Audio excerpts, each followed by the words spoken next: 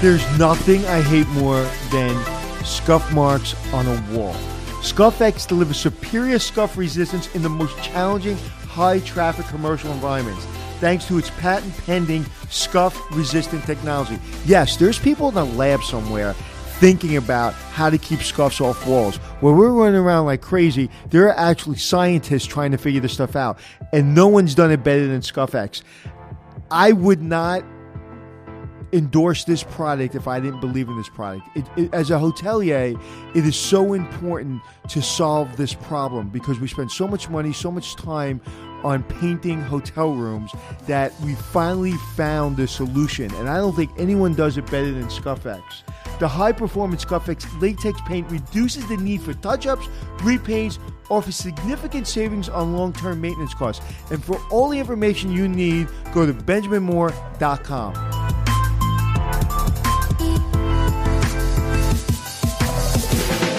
It's checking in with Anthony and Glenn, teaching you to be the hotelier that you wanna be. It's checking in with Anthony and Glenn. Anthony, my man. My name is Anthony Melchiorri, and I am co-host of Checking In with Anthony and Glenn. This is Glenn Haussman. How are you today, sir? I am fine today, sir. That's how we're going to do the podcast. I think we should, all day. because I've been really putting a lot of thought behind this, and I figure the more bland that we are, the more I feel we'll be able to connect with people. Or we can be like Joe Rogan and say, "Hey, Yeah. I want you to sponsor. I sponsor the motherfucking Cash App." Yeah. That's how he starts his podcast. Yeah, I think he calls all of his fans like motherfuckers or something like that too, right? Yeah. I don't know if our sponsors would like that. I don't know. Well, I guess we'll find out. I guess we'll find out. So, Anthony, you know what I wanted to do today? I thought we'd switch it up a little bit. And honestly, I'm getting tired of coming up with all the questions to ask you. I'm just kidding, Anthony, and I really Your come life up with is so hard. with stuff. It is, and thank you for noticing. Right. I really appreciate you understanding the plight. The weight of the world I see on your shoulders. It really is. It's really. But now you're swimming, so it doesn't look like the way That's it true. was. It is summer, and I got my pool open, and I'm finally swimming. And I don't say this to tell everybody I have a pool, but it's really nice that I wound up buying a house that happened to have a pool, and I'm rabid about. So all those swimming all pictures of you and your Speedo outside by your pool, where can we find those? You can find them in finer magazines geared towards women everywhere. I think I'm in Cosmopolitan. Why just women? Why have some men and may gay want men to see and it? gay men. Right. Yeah. Or maybe just men like me that want to see what a fine middle-aged man's body could look like. It really, you're going to love the curves of my stomach, how it goes out, around, and then back underneath. It's really, really quite attractive. Oh, I don't think I could ever look at you the same way. Hopefully by the end of the summer, when I've actually got my, all my workouts in, I will have gotten rid of this. But quite frankly, Anthony, I was on the road all winter long. Thank you, everyone, for giving me such great opportunities to be there, but one of the side effects has been that I really wasn't taking care of myself. Okay, I'm going to call. I'm not going to call bullshit because I didn't take care of myself. You didn't blame the road. One of the things that I hear all the time is like, "Oh, I travel so much, I can't eat healthy." Well, I travel a lot, and you know what? They have fish and they have vegetables. That's right. Everywhere I go. When I go to the Delta Sky Lounge, they have sandwiches. And then they have bagels, they have English muffins, but they also have salmon. Yeah. They also have vegetables. And some days I feel like eating sandwiches and I feel like eating dessert. And some days I feel like eating salmon because I don't want to gain weight. So I think it's really important that when you're on the road that you have to decide. Agreed. But you can't use the road as an excuse. No, not having time is an excuse to be fat. I have a really not that you're fat. No, I get exactly what you're saying, and you're right. You can't make excuses over it. If you have determination, no matter what the circumstance is, you're absolutely going to stick with that plan. Now, I am weak-willed.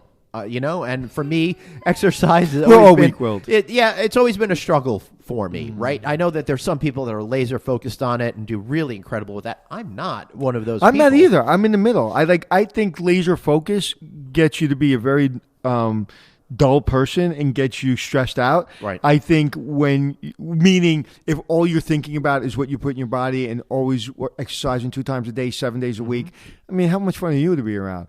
Right. You know, I think if you just, I just, like I said before, like brushing your teeth. I brush my teeth every day, and I try to do something healthy every single day just to make myself feel better. I haven't been in the gym in 2 weeks, and hopefully that I can get in the gym tomorrow. I'm at the end of my ability to be out of the gym. Right. Like 2 weeks is I can't be anymore. It's so funny that we're having this conversation because one of the questions that we got is how do you navigate life on the road? Is it as difficult as people say it is? Everything is easy and everything is difficult depending on your mindset. That's right. Right? So I choose to fly on a certain airline. I choose to drive with a certain driver. I choose to stay at certain hotels. By doing those 3 things, my life is really easy on the road. When one of those 3 things goes sideways, I typically have more stress in my life. Right. So I navigate the road by drinking a lot of water, by always showing up at the airport on time, by being prepared for the presentation or whatever I'm about to do, whether it be on a show or something else. And I usually use an airline that is not going to be delayed, which unfortunately my last flight was very delayed and it really... that was an overnight flight, wasn't it? It was exhausting. That's yeah. the worst. It was a very long flight, and I usually don't complain about flying, but that was intense. And so I just, like anything else, I stay in my lane. I control the things I can't control, and the things that bother me. Like just now, right before we started this podcast, I had to make a difficult phone call. Right, you did. I had to make 2 difficult phone calls, right? In both phone calls, I decided to take the high road, not the low road, but somebody disappointed me, and I could have blown that person up. I decided not to. I just thanked them, and I moved on. And so I decided not to blow my day up by going down a road that's going to aggravate me. So on the road, something happened to me on the road 2 weeks ago that I'm still dealing with that really upset me, but I wouldn't allow it to really interrupt my flow that week and what was happening while I was traveling. So I just think it's a discipline. It's funny. I love poker and I talk about poker, but one of the things that now professional poker players are starting to realize is drinking water, exercising, eating healthy is a big component to playing poker well. And I know when I'm at the poker table, if I know I'm going to sit there for 12 hours in a tournament, I drink a lot of water. I eat really, really healthy. I try to exercise. I stretch. I try to get a night's sleep, because when you're sitting there for 12 hours and your brain is hyper focused for 12 hours, you need to feed yourself the right nutrition, and you need to take care of yourself.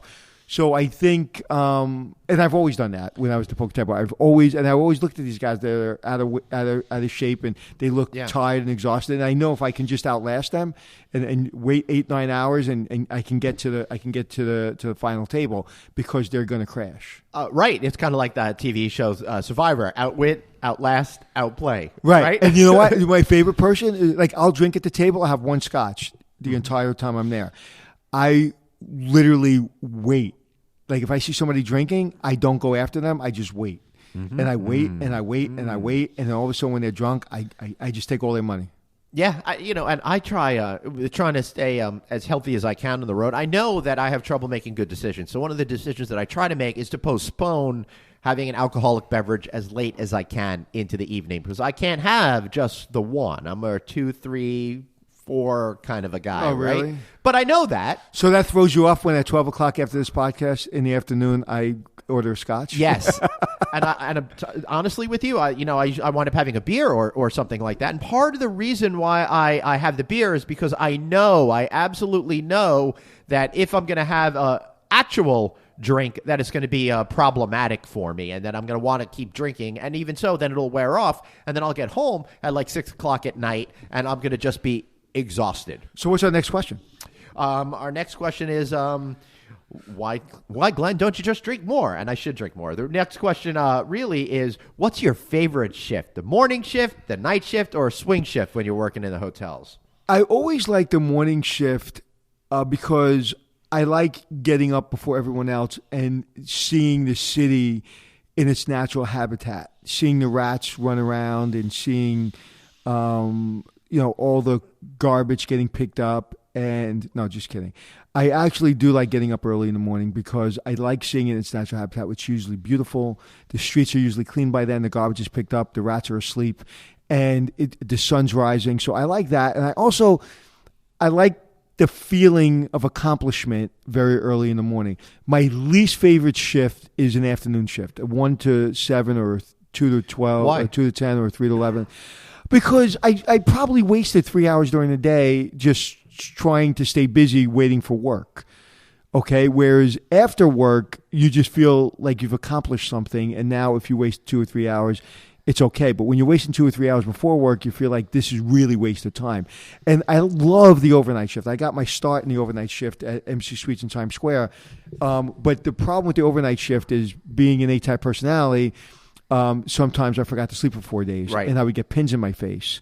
And I would be dehydrated, and I would be functioning at a very low level, even though I thought I was functioning at a high level. So is that you who started the Hellraiser movies?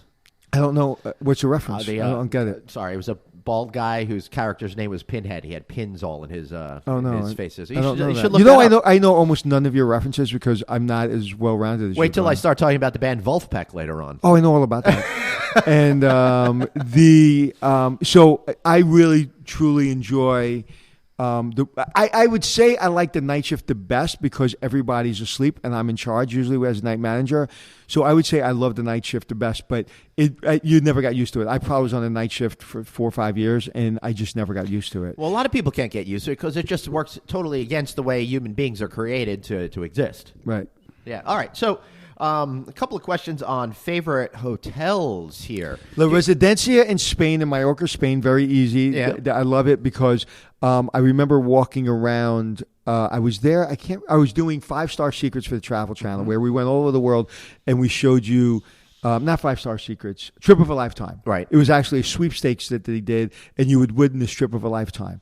And so we would show you all these beautiful places. And La Residencia in Spain, which was originally owned by Richard Branson, is now owned by another company. I can't remember. They gave me this beautiful suite, and I had my own swimming pool. Ooh. And I can see everything, and no one can see me. That's awesome. So I was just walking around my room and my pool naked for like hours.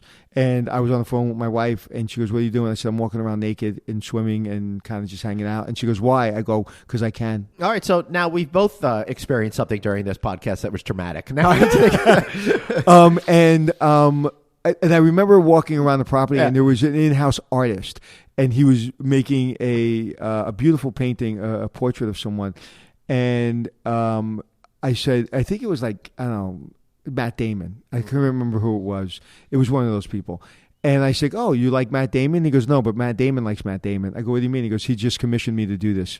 So like that in a hotel has an artist and an A-list celebrity was staying at that hotel and asked him to make him a portrait. It really kind of made me realize how wonderful our industry is, because Matt Damon can have a world-class artist do a painting and spend $30,000 on his painting in a hotel. That's amazing. I just thought that was fascinating. Yeah, it's amazing that someone would spend $30,000 on a painting of themselves. I spent $30,000 on a painting of you. Aw. Isn't that nice? That's so sweet. Yeah, and your Speedo at the pool. And to tell you what, that would be a great bargain. So La Residencia in Spain, Four Seasons, Maui, Algonquin, New York City, Plaza, Old Plaza, not New Plaza, although I like the New Plaza as well. You mean before they shrunk it down in size and turned half of it into apartments? And the Nomad brand, I love the Nomad brand. They have one in New York, one in LA, one in Vegas. Love it. There's a lot of hotels I like. Well, what about another question we got is, what's your favorite hotel at Disney World and why? The Beach and Yacht Resort. Yacht and Beach Club. Yacht and Beach Club. Okay, I love the yacht. I actually just wrote on my. Somebody asked me that question the other day, and I just wrote Beach Club because I couldn't remember it. Yacht and Beach Club. Yeah, I know too much about the hotels at Disney World. And if someone asked, do you like it? You know what? Compared to other hotels, Disney hotels are not that great. No offense to Disney, but if they claim that they have a 4-star hotel, it's really a 3-star hotel that they're calling a 4-star hotel. So I think that they're working in a completely different universe on quality. than everybody else seems to be in the hospitality industry. I think you know what? That's the first time I've ever heard that, but I don't think you're wrong. I think you're actually right. But I think where their focus is That's less right. amenities No. and more cleanliness and service. That's right. And the rooms are absolutely spotless, and I cannot complain about that. But if you're looking at it purely on a critical approach of, let's say, the Grand Floridian, which is their top-line property, compared to, let's say, the Hyatt that used to be the Peabody on International Drive, right? That hotel is a much nicer, higher quality property. But they can get away with being that 1 star less in overall experience because you've got the whole Disney thing. It's funny you say that because I've always felt that way, but I've never articulated that. Never even, subconsciously I thought that, but I never really put it into words or any thought. And you're 100% right. But because everything else works well, like the Boardwalk Hotel. I love the Boardwalk Hotel. Because of where it is, because it's clean, because of one of the housekeepers, Star, who I met there, who's literally a star. And so I love the hotel. So I think the hotel business and the hospitality industry is more than stuff. I think it's really service and standards. And again, we've had this conversation before, but why is Space Mountain still a thing? It's the same roller coaster for the last 150 years, and there's still a line to get on Space Mountain. I still go to Space Mountain. Why? Okay. First of all, it was 1975 that Space Mountain first opened at the Magic Kingdom. It was really successful, so they put into 44 years Disneyland. ago? Yeah. But you're absolutely right, because there's something about the whole Disney World experience that makes a lot of people happy. Now, I know people that don't get it, don't understand it. I happen to really enjoy it, especially. I get it, but I got it. Yeah. It's enough. Like, I want to see the Star Wars attraction, even though I'm not a Star Wars fan. I want to see how that's going. But I'm not, like, I wouldn't say I appreciate that. And I think, again, I've said this before, I'm in the hotel business because of Walt Disney World. When I walked around Walt Disney World and the gentleman picking up the trash knew more about the park than anyone, made me realize that everyone is important and that the person picking up the trash should be well trained. Right. And I remember how clean it was, and I remember how complicated it looked, but how simple they made it look. And I remember thinking, this is complicated, but they make it look simple. And I fell in love literally at that moment with the hotel business. Yeah, and they do a terrific job. They absolutely do a terrific job. But one of the things that I really like is over at Universal, they actually have some great properties. Now, they've opened up a whole bunch of new ones recently, but the Portofino Bay Hotel, for example, is a very high-quality, great product that's located within the theme park environment. So you can do it if you want to do it. You can make it really super-duper over the top if you want. And I know that Disney World is moving in that direction, particularly with one of the properties. I'm totally blanking on the name right now. They're building a new tower outside it because they're going more for the corporate audience. But is that the one that's attached to the Swan and Dolphin? That's another expansion that they're doing. I think and then they have another new property called Riviera, I believe, that's going to be opening up next year. So a lot of exciting stuff going on there.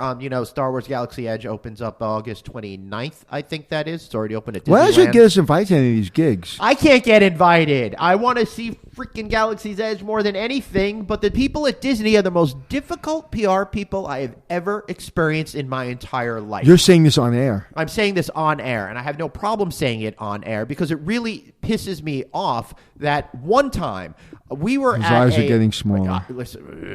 One time, the company I was working for at the time was doing an event at the Grand Floridian Hotel. The event they must have been spending $500,000 on this event. I was hosting a panel with the guy that was in charge of purchasing for the entire Walt Disney World Resort. He suggested to me I go check out XYZ at the Magic Kingdom to inform me on the conversation we're going to be having at this $500,000 spend event. I talked to the PR people. They sent me back a form letter saying that I don't qualify for a free pass, right? Which is insane. Oh. They're not even realizing it. They're not even your paying ego? attention. Did it get you an ego, though? Yes. And another time I interviewed on my old podcast, Marty Sklar, who's since passed away, but he was in charge of designing Epcot. He was the lead designer on that. I did a great show with him talking about it. He asked me to go check it out. They wouldn't give me a pass to go check it out either. So unless you're a mommy blogger or something like that, they just have no interest in talking to you. And I've tried time and time again to try to get some of the great stories to share. Has your ego recovered? Yes, I don't think it has. It really hasn't because I really want to. I don't think it has. And you know what? I love Disney and I love their properties. But I understand what you're saying and I appreciate what you're saying. I have a young lady that went to Cornell University, graduated top of her class. She's one of the most spectacular people I've ever met. Young ladies in this industry, and did try to get her an entry-level management position. She interviewed well, and they said, we don't, if you haven't worked in Disney World before, we don't put you in the management program. I was like, you're getting a Cornell, unbelievably smart person that was in every club in Cornell, was just instrumental in getting my relationship with Cornell moving. And because of that, they wouldn't put her in the program, and I was flabbergasted. That doesn't make any sense to me. I think you're missing out on an opportunity to work with some great people. But let me But they didn't really miss out on an opportunity to work with great people when they dismissed you. Right? Yeah, right. That's a very good. That's a very good point. If I was specifically talking about the other person, they probably made the wise choice with banning me from free passes at their theme parks. But I do want to say, if you do love how Disney is managed, I did manage to score a great interview with Dan Cockrell. He used to be a VP over at the Magic Kingdom. You can check that out on the No Vacancy feed. I think I ran that last fall or so. Real great insight into how they work from a management point of view, and I could talk about that. What's his name again? All day. Dan Cockrell. His father, Lee Cockrell, was a huge executive over there. What I want you to do is tell everybody how you can find that podcast, because that's a podcast I would actually listen to. So tell me. Maybe I'll put it on again. It's on the No Vacancy with Glenn Haussman podcast feed. I think what I'll do is maybe I'll put up I'll put in the show notes with this episode a direct link to that particular episode, because it is so super interesting over here. Great. So, all right, next question. What's the oddest guest request that you've ever gotten? Oh boy, I have a feeling you know the answer to this question. There was a gentleman. I'm sorry I asked, but there was a French gentleman that was yelling at the front desk, and a front desk came to me, and I was like, "What's the matter?" And they were like, "This gentleman is yelling in a very thick French accent that the water level in the toilet is very high, and every time he goes to use the restroom, his testicles swim in the water, and that we have to change the water levels, and how dare us, and how can this happen, and this is ridiculous that he comes to this beautiful hotel and his testicles go swimming." And I'm saying it in a very nonchalant manner, but let's put it this way. The laughs and the "are you kidding me" level went really, really high in that hotel for a couple of days. And that was the most interesting. But when you look at it from just a clinical standpoint, right, you don't want your testicles to be wet. No. When you put your underwear on. You don't. It's a really uncomfortable especially thing, from toilet water. All right, but they did invent towels. And number two, if you do have that problem, either maybe the water level's unusually high, you could take precautionary measures. No one else ever complained about it. Maybe you need to investigate as to why you have such a hang. See, and you do what a lot of people do, and you blame the guest, Glenn. And I really am. I'm horrified. Yes, I'm a little horrified that I'm suggesting that maybe he has a medical issue that he should look into. Or maybe he just has long testicles. Yeah. I think we should go on to the next question, Glenn. Long Testicles was absolute horrible name of a band I saw one time back in college. Are you kidding me? Yes. I'm making that up. Oh, God. That would be so funny.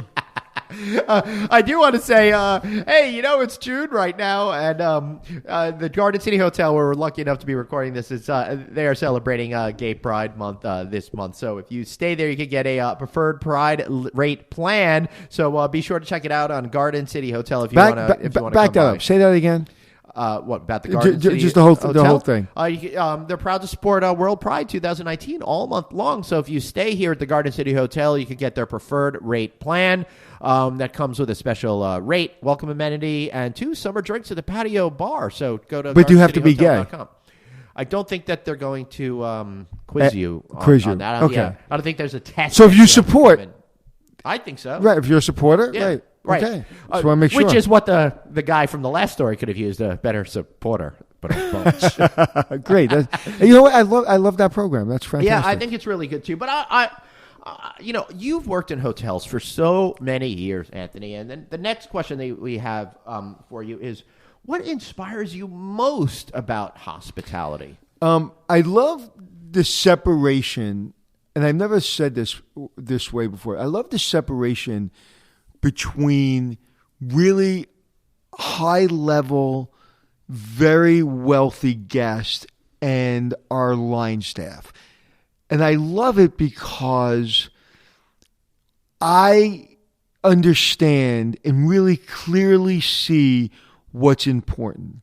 The gentleman showing up in his red Porsche with his very well-dressed family, and then I see my housekeeper who's making a decent living, putting milk on the table, coming by Subway, and just happy to have a job and working her ass off, working 18 toilets a day.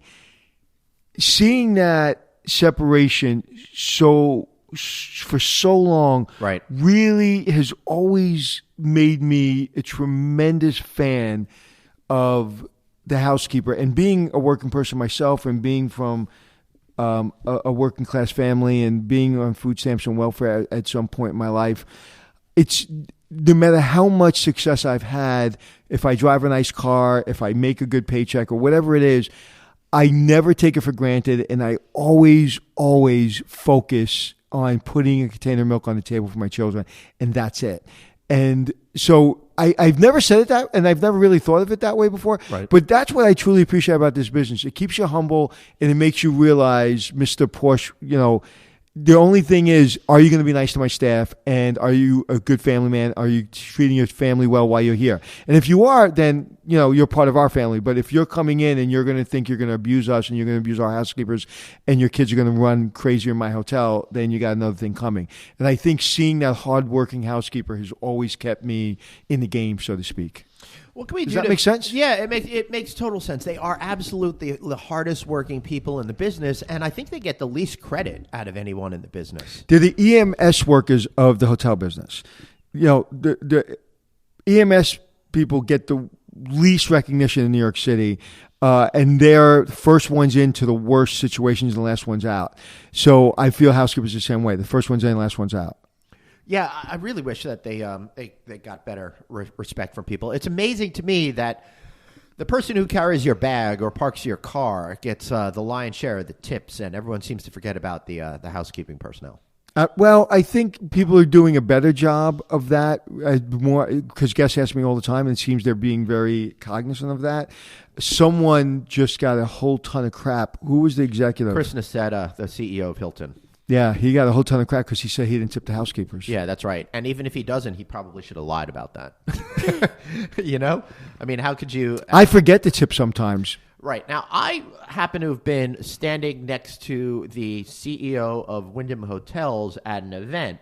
And we were at an event that they were sponsoring and presumably they were paying for. And he got served a cocktail and gave the waitress $20.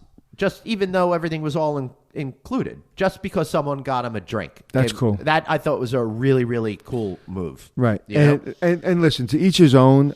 But if you get good service, you should tip your housekeeper. And if you're, I don't know, I have hero today, zero tomorrow is my motto. I mean, I could be sweeping streets tomorrow. I could be a housekeeper tomorrow. And I think about it every day, and that insecurity of feeling that you're dependent on one job for one paycheck to put milk on the table. We've all been there.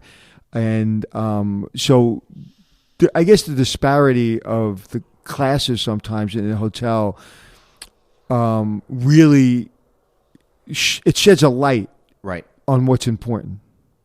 Yeah, I agree. It really does. So what about people that want to get into the hotel industry? And that's our next question. Somebody who's a broadcast major is curious as to how they could get a job at a front desk of a hotel. Now, it seems, can't you just walk in and just say, hey, can I get a job? Nowadays, everyone sends their resume and then they sit on their couch and yell at their mother because no one's calling them back. There's 5,000 resumes for every job. Unemployment's it's the lowest level it's been in years. So the way to get a job is the way I got a job. Is I walked in to a hotel. I dropped my resume off, probably to 30 hotels. I looked people in the eye, I shook their hand, and one person said, "Hey, we do have a position available. Are you ready for an interview right now?" I said yes. They put me in front of a gentleman whose name is Bob Legler. He's a friend of mine to this day. Hi, Bob, if you're listening. And hopefully you're not in a hospital bed right now because he had kidney stones. Ouch. So hopefully you're out. But he changed my life. He said I had a really nice tie. We sat down. We talked for maybe 45 minutes. He was really, him and I hit it off immediately. He was very well dressed, very articulate.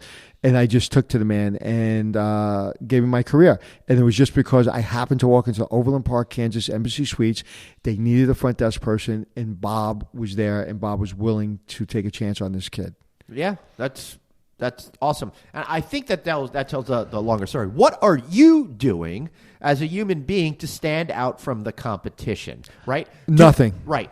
Nothing. I'm being myself. Go ahead. But you're going in there, and you're making a point. What I'm saying is take control and be aggressive in a positive way to make people know who you are, and that's what you did. Well, I think you have to be yourself, right? So first of all, you have to identify who you are. I remember Jeff Hoover, who was in the Air Force with me. Hey, Jeff, if you're listening. Yep. And he made me feel comfortable because he said, "Hey, we'll go up to Overland Park. I'll drive you up there. I know Overland Park a little bit." And he helped me. So he was a big part of that too because he helped me. Right. Because I was a little insecure. I was a little nervous about doing it and just walking into hotels. And he goes, "I'll take this hotel. You take that hotel. We'll figure this out." And I got my first job, and Jeff was a big part of that. So, but the first thing was I say nothing, meaning you have to be true to who you are. So if you're an introvert, if you're a person that doesn't like doing things like that, then you've got to give yourself a leg up by figuring it out. Like my leg up was Jeff Hoover. Okay, I never talked about that before. I never really thought about that before, but it was true. So I was myself, right? And somehow I still was able to get it done. But if making yourself a little bit uncomfortable is fine, making yourself panic is not. So you have to give yourself a way of getting something done, but getting it getting it the way you want it that doesn't make you just roll up in the ball on a couch and die. Right. It's like, well, I sent my resume, Ma. I know you paid for my private college, and I know I'm sitting on the couch for the last year, but I've sent my resume to every single person. Look, Mom. Well, get off the couch. Yep. Okay. Maybe go with someone that you feel comfortable with and walk around and hand out resumes. Right. Or make your resume a different color, or call constantly until they're sick and tired of hearing from you. But no one, and John Domenico said this. John Domenico is, of course, the world's foremost Trump impersonator. Go check out our show with him a few weeks back. I like to call him the foremost actor comedian. Yes. And because he's much more than that. And so he also does a great Austin Powers. Yes, he does. And he's amazing. But he said, now you forgot what he said, but he said, no one's looking for me. Right. He said, no one's looking for you. No one's looking to see, John on his couch, his underwear trying to get a job. No one's looking for you. No one cares about you until you care about yourself, and until you make them care, until you have a quality they're looking for, until you fill a need. You're a tool. That's all you are. You're a tool. And you have to be much more than a tool to yourself, and then eventually you become much more a tool to people around you. But at the end of the day, like he said, like as an actor, he's a piece of furniture, and they have to move the piece of furniture in and out. Now you can look at that, oh, that's so negative. We should all love and feel and just respect each other. Yes, we should respect each other. We should take care of each other. But at the end of the day, if you're an actor, you're a piece of furniture, you're a tool. If you're a host of a TV show, you're a tool. When we say action, perform, and when we say cut, go home. We're all performing a role. When you think you're bigger than that, that's the problem. And so you have to believe in yourself. And if you believe in yourself, you will eventually find success. Now, one of the things I hate is when people say believe in yourself, because believing in yourself means you have to have little wins. Very small wins. Like I tell a story about when I folded my underwear in the Air Force, and they said I had the best underwear drawer in the basic training. That little win really helped my confidence. Then I had another one. Then I had another one. Then I had another one. I didn't really ever concentrate on my losses. To this day, if somebody said, how many times have you failed and lost? I couldn't tell you because I don't think about them. They're like an ex-girlfriend. I just don't consider them anymore. Right. It's over.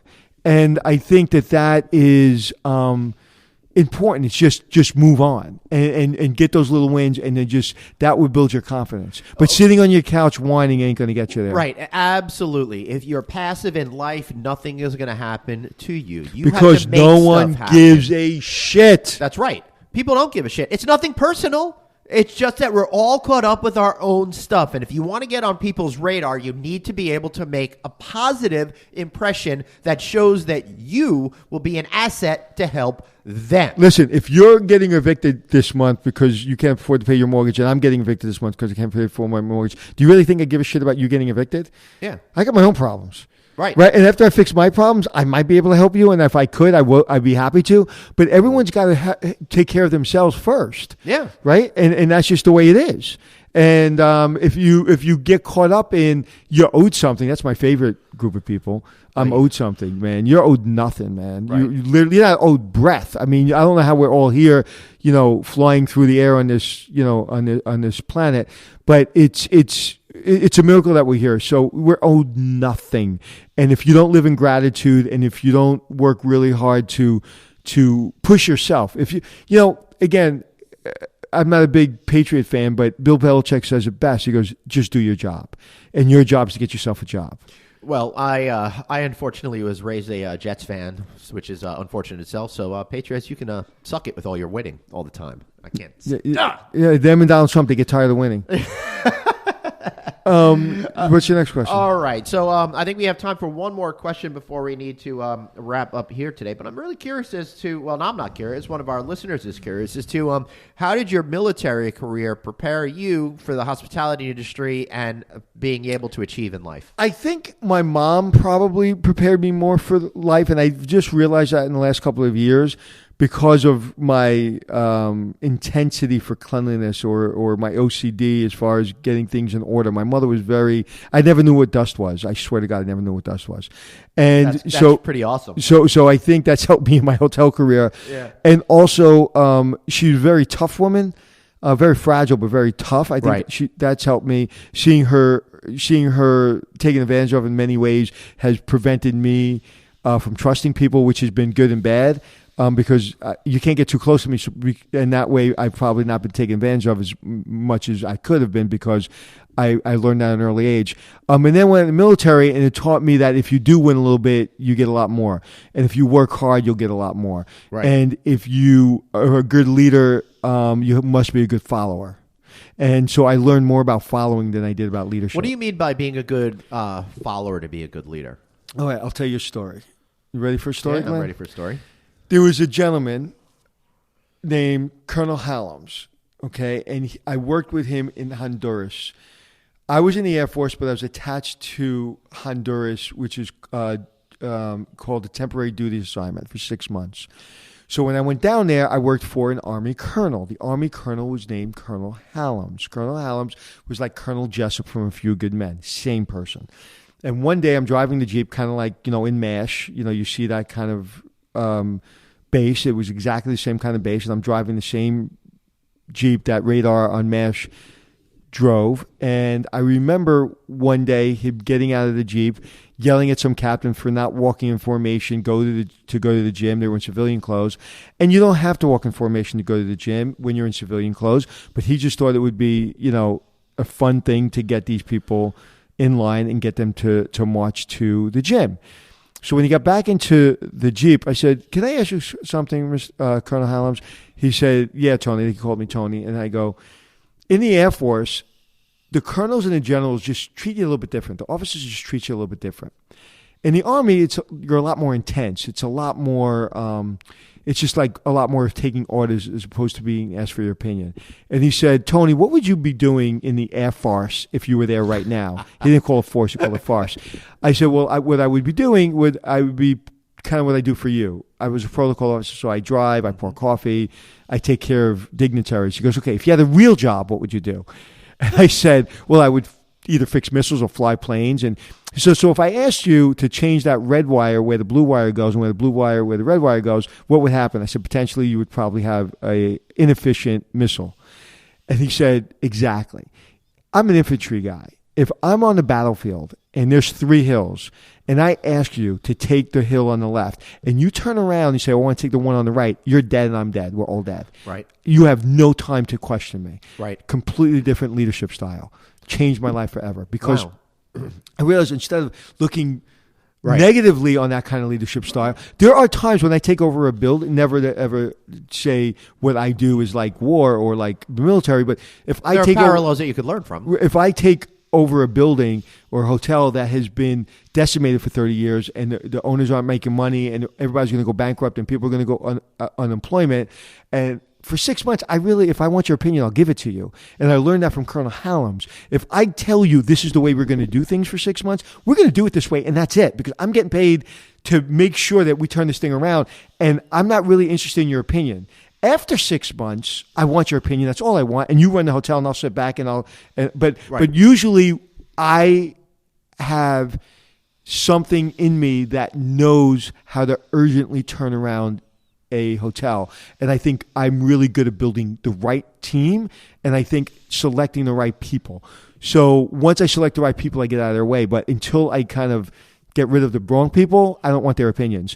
And I think I learned that from Colonel Hallam's. There's times to sit back and enjoy the team and their abilities, and there's time to everybody sit down, be quiet, this is what we're going to do. And I think that's the same thing in parenting, right? So I think Colonel Hallam's taught me that. Well, how did you, at some points in your life, before you were a leader, you were in follower mode, what if someone told you to do something that you knew was wrong? Illegal? I just mean not the right way to approach a particular in the thing. military? No, in your hotel universe. Oh, I never did it the way they wanted me to do it. It's not even a question. No, I've never done anything the way people want me to do it. No, I can set the rules. I can't follow them. No. In the military, yes sir, no sir, I'll take care of that. Absolutely. But outside, absolutely not. I would absolutely. I get fired. I should have been fired 100 times, but I always got the job done. See, I won't do things. I will do things. If you want something done, it will get done. Right. What typically will happen, it will get done in the shortest amount of time that will cause me the less amount of stress. Right. So if I have to break 27 rules to do that, I'm going to break them, as long as I'm not going to get arrested. Awesome. All right. I love it. Okay, so before we wrap up today, we had gotten a little bit off track with this, but anytime people write us a review up on iTunes or whatever, we like to read those. So sorry we haven't done that in the last couple of months, but I want to get right back to it. And Hotelier Wannabe writes, Anthony, I think you're going to like this one. Recently subscribed and started listening to this podcast. It's a great outlet for understanding, perspective, and insight into the hospitality industry. As an 18-year veteran of the Air Force, or the Air Force, I guess, this outlet excites me about pursuing the next chapter in my life after retirement. There are great points provided by Anthony and Glenn and guests that speak more to genuine leadership and taking care of people beyond hospitality, which can be applied to any industry. Thank you, and continue to look forward to future episodes. Well, thank you, Hotelier Wannabe. Well, thank you very much. I really appreciate it. And thank you for your 18 years of service. And just so you know, Colonel Hallam's could say that. You can't. So don't ever say Air again. Right. All right? It's always Air Force. That reminds me when I joined, I was pledging a fraternity, and they told me never to call it a frat because you wouldn't call your country use the first syllable there. Well, so in that fraternity, they give you an M16 and send you in the war? No, they gave me a 16-pack of beer. In a silo cup. Yeah. In the silo. You know, to get real for a second, there's a gentleman that's on my softball team this weekend. He was on my softball team, and we got to know each other a little bit. He lives around the corner from me. His name is Chris, and I said, I heard he was in the military. I said, thank you for your service. And he was a sniper, and he just did 2 rounds in Afghanistan. And he didn't do two tours in Afghanistan sitting on sidelines. He got into some serious stuff. And I just remember feeling so beholden and so like, you're a rock star. And like, I can't, like, we're all playing softball right now. And just 6 months ago, you were on a roof somewhere, you know, fighting for our country. And whether you believe in what we're doing or not doing, irrelevant. Like it's completely irrelevant. So please don't text me because I'll just delete you.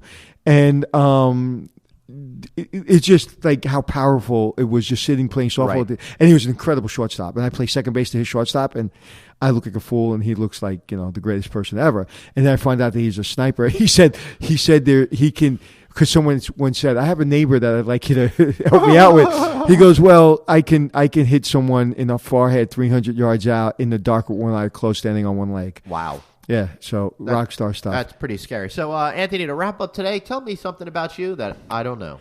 Okay, guess what? It's going to be about poker again. Oh, boy. If you ever watch The Sopranos, you know AJ from The Sopranos? Uh-huh. Well, he's a poker player now. Yes. So right before I went, the last time I went to Vegas, for some reason I just went down a rabbit hole on him, and I learned that he's a poker player, and he's a professional poker player, and that's all he wants to do. Right. Told his agent, don't send me anything. I just want to play poker.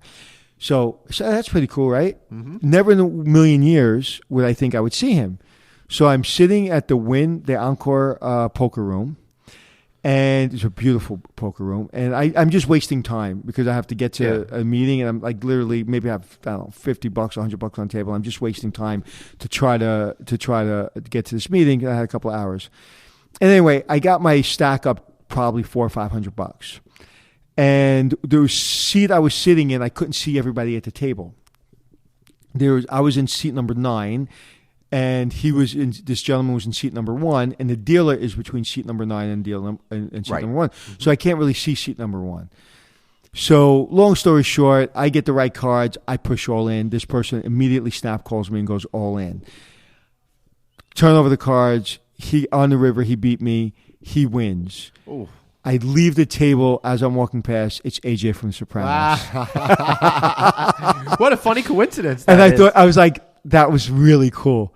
And like what I liked about him, he was very like he was a poker player. He was there to play poker. And it was really, really intense. It's funny though how things work like that. You get something on your radar in life, and then then it happens. Isn't that crazy? I know. I think there is something to that. I remember whatever that book Oprah was peddling a lot of years ago, where if you visualize it, it'll happen. I do think there is something to that. The Secret? Yeah, The Secret, right. Yeah, I read that for 30 seconds. I couldn't read it anymore. Because, a lot of it's probably... common sense. Yeah, and some of it's probably bunk, too. But if you visualize it, I think that's something that sets you down the path in order to achieve that success. I've learned that from a very early age, and I truly... I don't say I believe in visualization. What I believe in is setting my goal and just shutting up until I get there. Don't complain why I didn't get something. Eventually I will get there. Right. But I'm probably going to have to go. It's like kind of taking, when you want to get to New York from LA, and sometimes you have to take a couple of layovers. I may have to go to Minnesota, Seattle, Alaska, Hawaii, whatever to get to New York. But I'm eventually going to get to New York. It's going to take me longer. It's going to be more painful. It's going to be more stressful. But I'm getting to New York. Right. I just got to make sure that I have a goal. Yep. And you just put it on the map. And sometimes you take the wrong road, but you get there. So call it visualization, call it whatever you want. I call it determination. All right, excellent. So I guess my turn to tell you something you don't know. Why don't you tell me something I don't know? I mentioned the band Wolfpack before. I've been really getting into this band. Oh, so I love them. Right? Aren't they I awesome? love the drummer specifically. Yeah, all right. He is fantastic. I know, right? The guy with the long hair, the black hair, skinny guy. The guy he takes his shirt off sometimes. Love him. You're really too funny. Am I right, though, about the drummer? No, but it's okay. I have no idea what you're talking about. No, one of the guys in the band wears shorts an awful lot, and it's like tennis shorts in the 70s kind of look. Okay, it's kind of a weird thing, but I really like them because they want to be. They're like a rhythm band. What's the name of it? Wolfpack. Vulfpeck. I highly recommend you guys check them out. If anyone knows anything about music, there used to be this great backup band called the Wrecking Crew. They basically were the band for every amazing song that you know from like the 1970s, and they were a big part in writing all of those tunes. And that's kind of what Wolfpack is trying to be. They're going to be playing at Madison Square Garden in September. And for a band that nobody's ever heard of, they're nearly sold out. So I've got to go get my tickets real quick before they. Do you ever listen to bands that everybody else knows about? No, I typically don't. You're going to see them at Madison Square Garden, but you haven't seen Billy Joel at Madison Square Garden. No, and tickets just went on sale for December, and I haven't gotten them yet. I'm such an idiot. I was at the NYU Hospitality Investment Conference a couple of weeks back, and he happened to be playing there the Sunday night before the show started. And I knew a whole lot of people that apparently went to that And you thing. didn't go. And me, growing up on Long Island, I got to give, I'm supposed to love this guy, and I haven't gone to see him. Yeah, I went. yet. I went a couple weeks ago, and it was fantastic. Let me ask you a question. Yeah. I don't remember the question I was going to ask you, but I wanted to. The investment conference. Yeah. What came out of that? Where is the industry going? What are they saying? And what's RevPAR going to look like in a year? All right, let me just wrap it up in a quick 30 seconds here. If you want to learn more about it, check the No Vacancy podcast and our Business of Hotels podcast, where we get really deep into that. But the quick 30-second answer is it was a whole lot of no news is good news. Everything seems to be going bumping along the top of the business right now, so no big worries. Of course, there are going to be certain markets that are going to continue to suck, certain markets that are going to continue to be awfully amazing, but RevPAR is expected to grow at a much slower pace than it has in previous years, and the big concern is that expenses to operate hotels is starting to climb, so the dynamic between the pricing and how much profitability there is really starting to be thrown off kilter. Yeah, and that's been going on the last couple of years, especially with the minimum wage going up to $15. That's right. And again, I'm never going to say that's a bad thing. I think it's a good thing. No, and it's an interesting thing to see because I'm more of the bleeding heart type of thing, and I think that people should be paid a fair way. But I'm also somebody that knows that businesses need to make money. So it's really hard for me to negotiate how to emotionally react when people are talking about how hard it is to pay people become smart certain business wages. Become smart business people. If you have to cut out a service like room service, cut it out. If you have to reduce some services in the hotel, you have to do that. But when I have spent 8 years around this country watching housekeepers make $6.50 an hour, Can't even imagine. with no medical benefits, living in their car, I'm the wrong guy to be on not having a $15 fair wage. With that, do I understand the complications? Of course I do. I've been fighting the P&L for 33 years, turning around these hotels. But the one thing that I can't get past is if you pay somebody less than $15 an hour, they're always going to be stressed out of their minds. Even at $15 an hour, they're going to be stressed. So if you're a good business person, you're a good operator, you're a good hotelier, you're going to figure it out. Right. Yeah, absolutely. So let's wrap this up. Anthony, how can we find you? Anywhere you want to be on the internet, at Anthony Hotels. Great. And I am at Traveling Glenn, also on the internet. Be sure you like our Facebook page, Checking In with Anthony and Glenn. Check out our LinkedIn page, Checking In with Anthony and Glenn. Love for you to give us some likes and love on that particular thing. And if you haven't left a review yet on iTunes, it's not too late. We'll be happy to read it here for every 5-star review you get. And listen, it really helps us get noticed so we can continue to bring you these great shows each and every week and all summer long, twice a week. Anthony, any final thought before we go? I love you. And I love you too. And this has been very special to me, Anthony. It really has. I know I'm feeling the love right now, especially for all of you folks listening. And we'll be back next time. So for Anthony and myself, Glenn, thanks for checking in. Yeah, you got it, baby. It's Checking In with Anthony and Glenn, teaching you to be the hotelier that you wanna be. It's Checking In with Anthony and Glenn.